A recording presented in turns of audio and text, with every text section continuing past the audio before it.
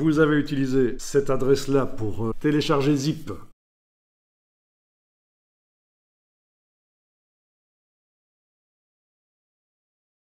Vous voyez qu'il y a la conception de la broche de motif qui a démarré de ceci,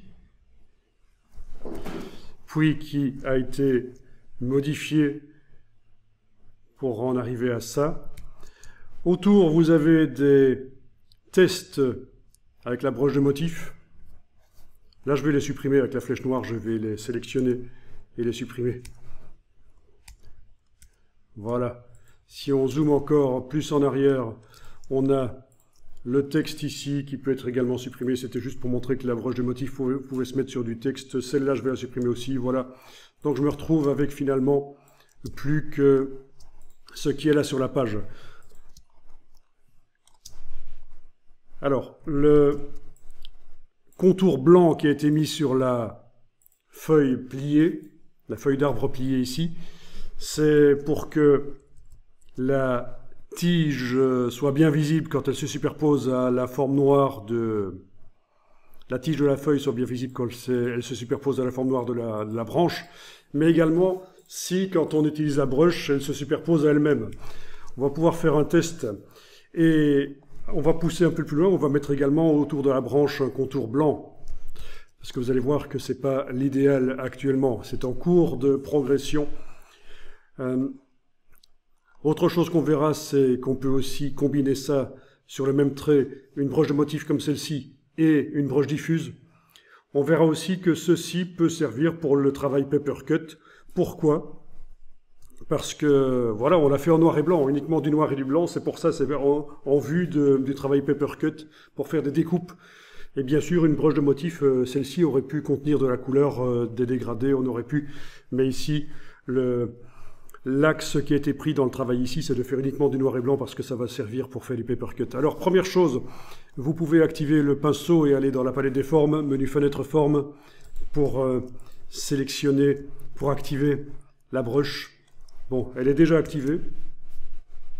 Elle est encadrée, là, c'est bien avec celle-là qu'on dessine. Broche de motif.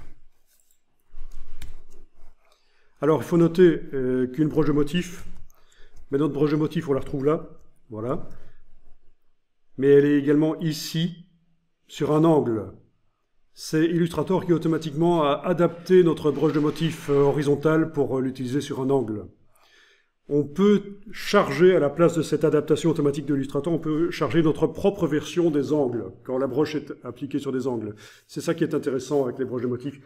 Il y a aussi un démarrage et une fin qui peut être mis.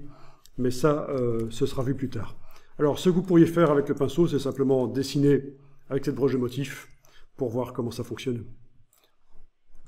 Donc, l'idée, c'est que, contrairement à une broche artistique, elle se répète. C'est pour ça que le démarrage et la fin de la broche sont identiques. C'est pour que le raccord se fasse. Donc c'est un peu comme une broche artistique, sauf qu'il n'y a pas de début, il n'y a pas de fin. Vraiment. Enfin, je veux dire, on peut l'appliquer sur un trait. Elle s'allonge pas, contrairement à une broche artistique, elle s'étire pas sur tout le long du trait. Bien.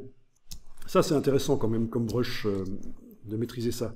Et alors, si elle se superpose à elle-même, si vous faites des entrelacements, vous allez remarquer que ce n'est pas toujours génial. La manière dont ça se passe, parce que là où ça se superpose, ben, on ne voit pas toujours très bien, quoi.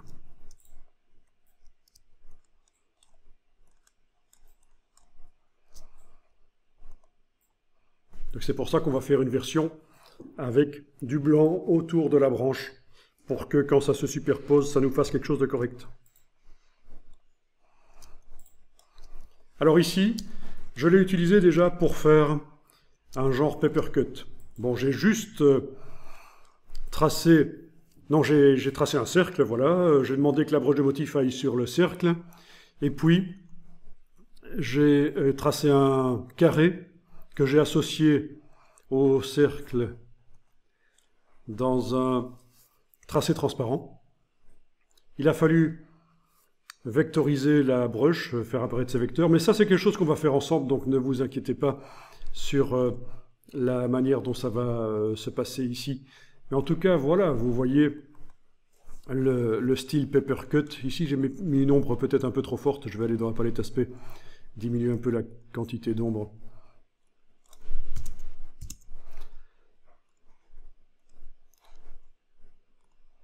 Voilà. Ok, donc ça ressemble à ça, des découpes, quoi.